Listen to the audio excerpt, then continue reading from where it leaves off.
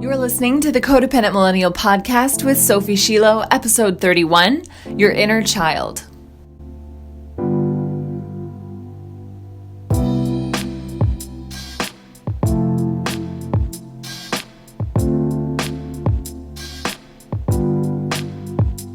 Before we begin, I want to announce that all of the spots for my short-term coaching intensives have been claimed.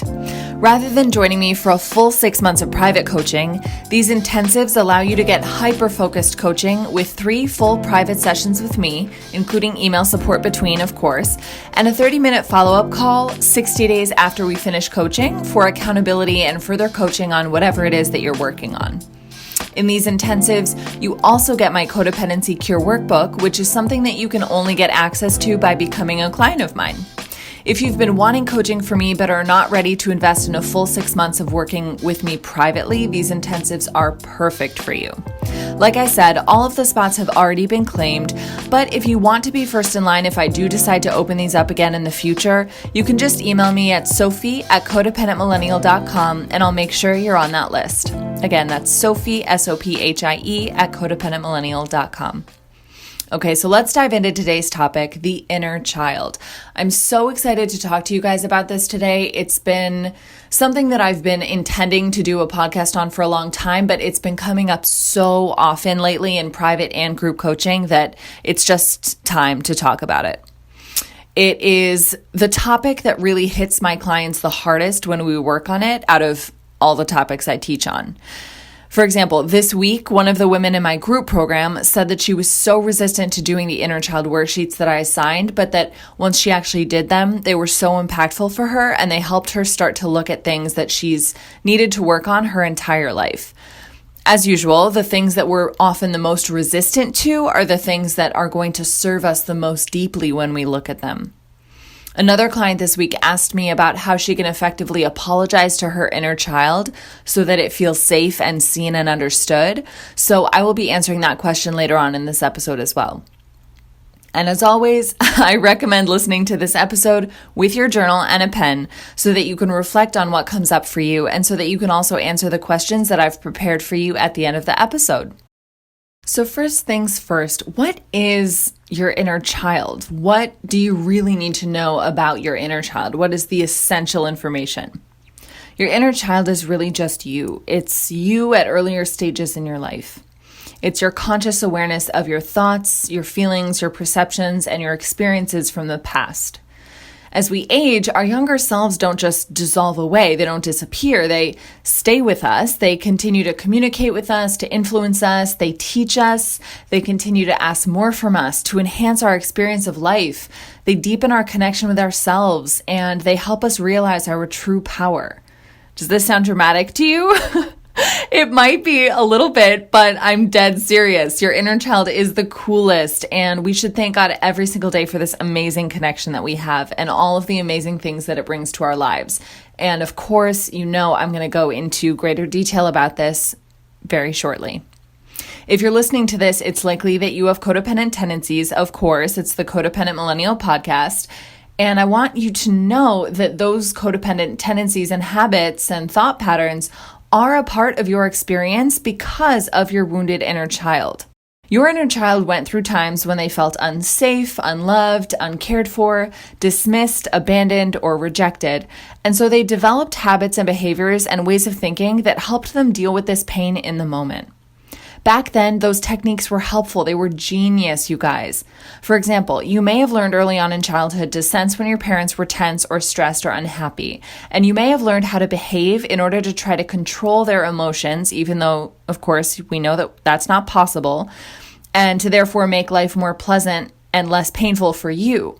Or if you're a man, maybe early on in childhood you learned that according to your parents or other adults, you weren't allowed to display stereotypically feminine qualities, like expressing emotion, liking boys, being interested in dolls or clothes covered in glitter and stars.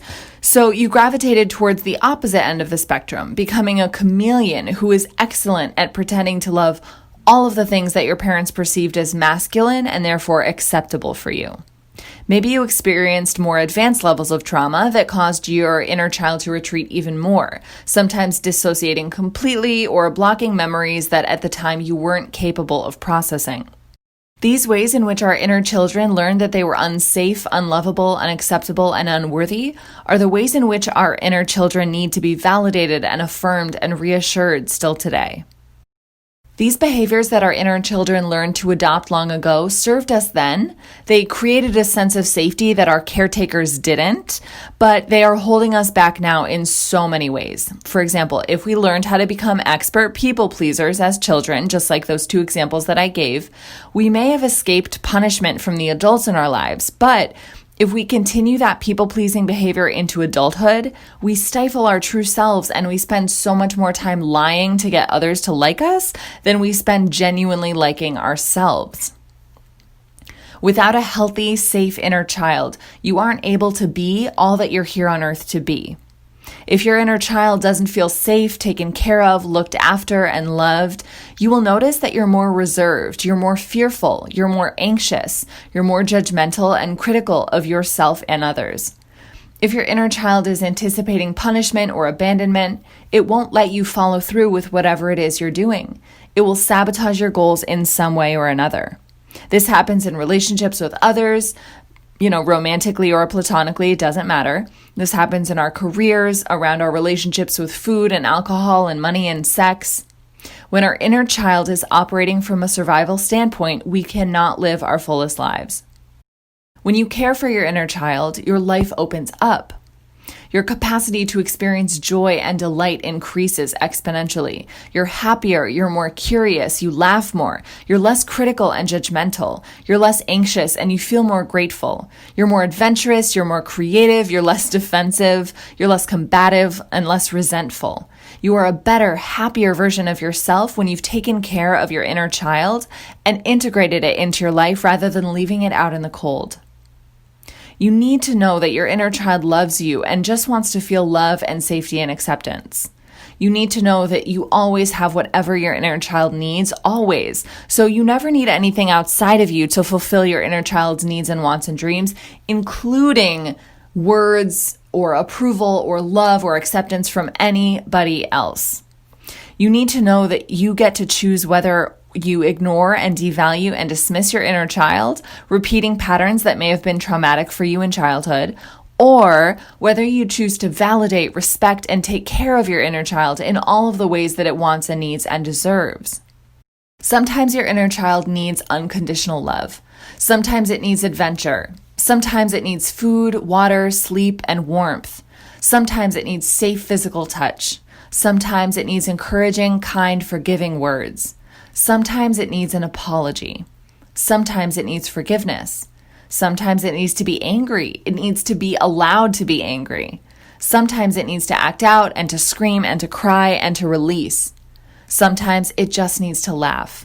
Whatever your inner child needs, tending to that will always serve you, and ignoring it or downplaying its importance will always harm you and will erode your relationship with yourself. You don't have to repeat the ways in which you were mistreated in childhood if you don't want to.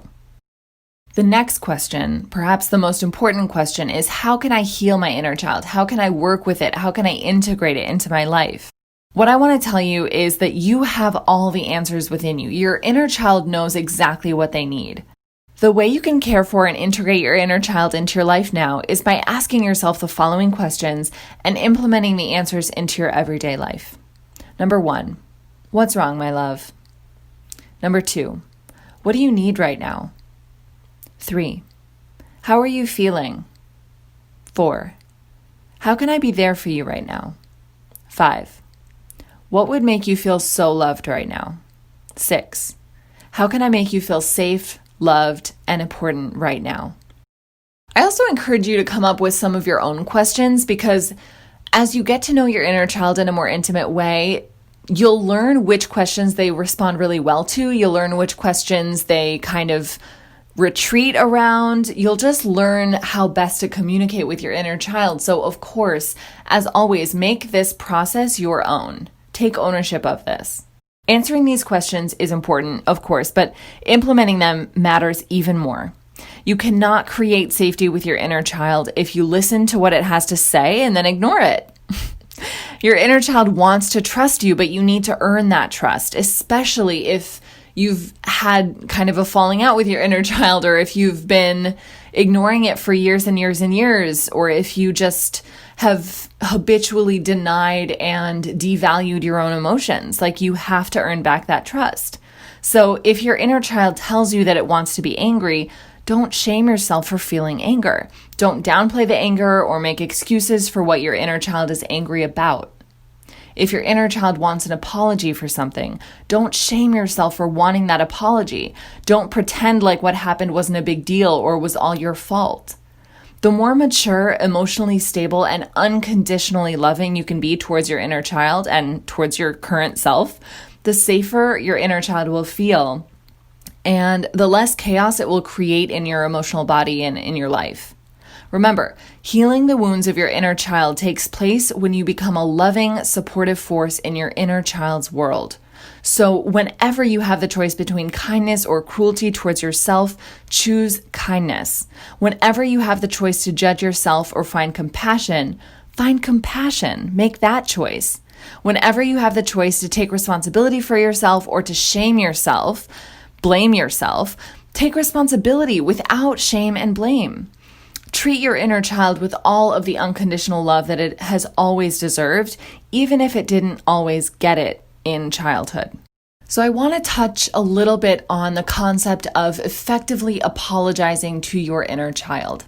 When we think about what our inner children need, a lot of it can be boiled down to validation, to recognition, not only of our inner child's lived experience, but also of their emotional experience. So it might be fully true that you experienced something that now you look back on and you can't really understand how it was so painful or how it affected you so deeply, but it did. So I want you to encourage, I want to encourage you not to kind of gaslight yourself in that moment, not to downplay the fact that whatever this event is really did affect you. I don't want you to shame yourself for being so deeply affected by this thing that right now doesn't seem like a big deal to you. I want to encourage you to acknowledge that for your child's self, it was a big deal. For example, separation from parents or from siblings or from loved ones, other caretakers, can seem like no big deal to us, especially if it was just for a second or two, but to your child's self experiencing it in the moment, it might have been an actual, fully traumatic event. That separation, even if just for a moment, might have felt so unsafe and so uncertain. And your inner child deserves to be validated. You deserve to validate that experience for yourself. So we could be talking about something, kind of cut and dry like that, or something more complicated, like physical abuse, like sexual abuse, like not being given access to sufficient amounts of food, homelessness, separation from parents, separation from siblings on a more long-term basis, not a moment or two, but being separated in the foster system, there are so many different ways in which we can experience trauma as children. So when you are forming an apology to your child self, when you are really doing this deep work and recognizing everything that you went through in childhood that might have caused trauma, recognizing the things in your upbringing that were painful, that were invalidating, that caused fear in you and uncertainty and that feeling of not being safe. When you're forming that apology, I want to suggest formatting it in this way that I'm about to say. So you can say, "Dear blank, dear your name." You can address yourself however you want to be addressed. Maybe it's a nickname that you used when you were younger. Maybe it's, like a sweet name that someone called you, maybe a parent, maybe a loved one.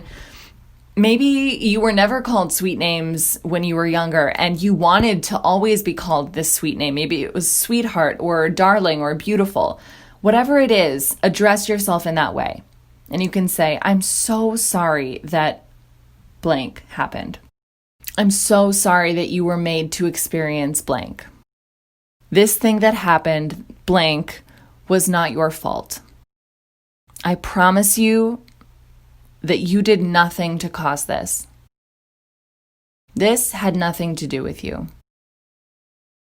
There's nothing you could have done to prevent this. There's nothing you could have done to change this. There's nothing you did to create this or to bring this on. I promise you that even though you felt that lack of safety back then, that right now we're okay. I want you to continue in this way. I want you to continue to speak to your child self in this way and to allow anything to come up that needs to be addressed. No matter how big or small, there are no value judgments here. Big and small does not exist, especially not in this work. Allow yourself to address anything else that comes up that clearly your inner child needs you to recognize, needs you to address, needs you to apologize for, needs you to offer forgiveness for. Let that structure carry you through, because once you start doing that work, once you get started, with pen to paper or typing on the computer, however you choose to do this, it's very likely that you'll just take off going. You'll know exactly what your inner child needs to hear. You'll know exactly what kind of things your inner child needs to be reassured of. You'll know what reminders you need to give to yourself. You'll know what messages you need to constantly be feeding yourself now that will assuage the fears of your inner child that are coming up for you right now. Big, deep inhale and exhale. That's another thing that I want to encourage you to do while doing this work, is to continually monitor your nervous system. You can take big, deep breaths while you're doing this work. You can make sure that you have a glass of warm tea or water, maybe a little snack next to you while you're doing this work. Have things around you that naturally make you feel more comfortable, make you feel more safe, more at home, more cared for and loved, because that, again, will help your inner child feel safe enough to be vulnerable with you, be honest with you. It'll help your inner child feel safe enough to trust you with its emotions, with its truth, with things that it has needed to express for a very, very long time. So again, you have all the answers you could ever need. Your inner child knows exactly what it needs from you. Your inner child knows exactly how best you can support it today. And that's just the best news. I'm so excited for you to do this work. I'm so excited for you to discover everything that's possible for you once you integrate your wounded inner child, once you heal wounds that you maybe never knew existed or never knew you could heal. I'm so excited for you to see how your life blossoms once you create the kind of safety and unconditional love that you may have never received previously in your life. If you have any further questions about inner child work, you can always email me. My email is sophie@codependentmillennial.com. I hope you have a beautiful day, and I'll talk to you soon.